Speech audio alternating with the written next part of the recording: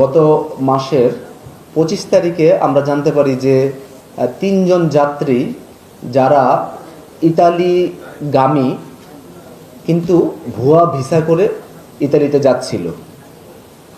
তো দুর্ভাগ্যক্রমে আমাদের ইমিগ্রেশনে এবং বোর্ডিং পাসের কোথাও এই যাত্রীদেরকে ধরা যায়নি। এই যাত্রীদের মধ্যে একজন হচ্ছেন অনিক, আরেকজন হচ্ছেন অক্ষয়।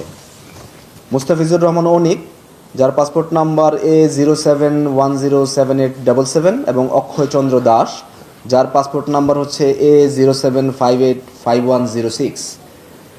এই দুজন সহ আরও একজন ব্যক্তি যারা ইতালি যাচ্ছিলেন। প্রথমে তারা আমাদের যে নিয়মিত বোর্ডিং সেন্টার, সেই বোর্ডিং সেন্টারগুলিতে যায়।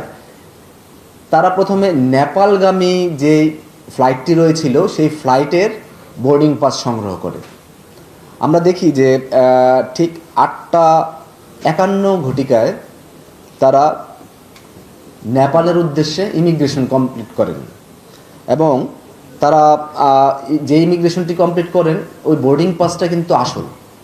নেপালের ইমিগ্রেশনের যে বোর্ডিং পাস, সেই বোর্ডিং পাসটা আসল বলে দাবি করা হয়েছে।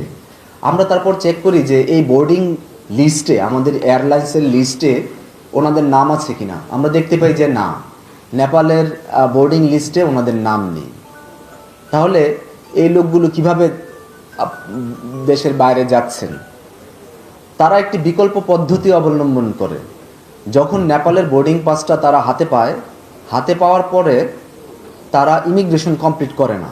ইমিগ্রেশন কমপ্লিট না করে তারা 5 নম্বর গেট দিয়ে, যেটি স্টাফ গেট, এই স্টাফ গেট দিয়ে বের হয়ে যায়।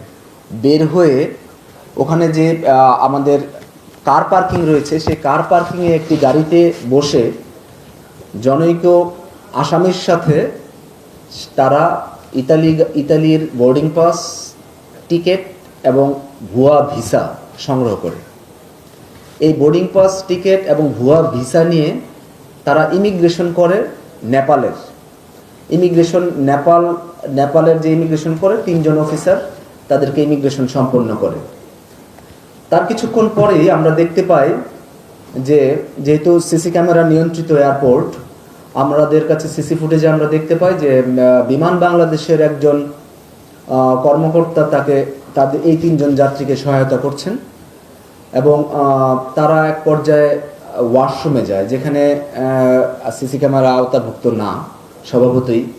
তো সেখানে গিয়ে তারা ইতালির যে পাসপোর্টটি আছে, ভিসাটি আছে, সেই জাল ভিসাটা সংযুক্ত করে। সেই জাল ভিসা সংযুক্ত করে তারা আইএনএস গেটের সামনে যায়, যেখানে আজকে যে বিষয় আপনাদেরকে আমরা জানাতে চাচ্ছি, সেই আইএনএস গেটে দায়িত্বরত ছিলেন জুনিয়র গ্রাউন্ড অফিসার জনাব একলাসুর রহমান, যাকে এই 15 দিনের মাথায় আমরা গতকাল রাত 3টায় জামালপুর বক্সিগঞ্জ থেকে অ্যারেস্ট করতে সক্ষম হয়েছি। যেহেতু তাদের ইমিগ্রেশন করা হয়েছিল নেপালগামী বোর্ডিং পাসে, তাদেরকে ইমিগ্রেশন করা হয়েছিল, তাদেরকে ইতালিগামী প্লেনে ওঠানোর জন্য শুধুমাত্র আইএনএস গেটটাই ছিল ইতালিগামী প্লেনে ওঠানোর জন্য। তো সেখানে একলাসুর নামে বিমান বাংলাদেশ এয়ারলাইন্সের যে জুনিয়র অফিসার, গ্রাউন্ড অফিসার কর্মরত ছিলেন, ওনার সহায়তায় ওনারা এই গেটটিও পার হয়ে যান এবং ইতালিতে তারা পৌঁছেও যান। যখন ইতালিতে পৌঁছান, তখন ইতালি ইমিগ্রেশন পুলিশ ডিটেক্ট করে যে তাদের যে ভিসাগুলি রয়েছে, সেই ভিসাগুলি হচ্ছে ফেক। এই ফেক ভিসার পরিপ্রেক্ষিতে তারা গত মাসের 28 তারিখে তাদেরকে আমাদের দেশে ফেরত পাঠায়। আমাদের দেশে যখন ফেরত পাঠায়, তখন আমরা তাদের ডিটেলস শুনে আমরা এই বিষয়ে একটি মামলা রুজু করা হয়।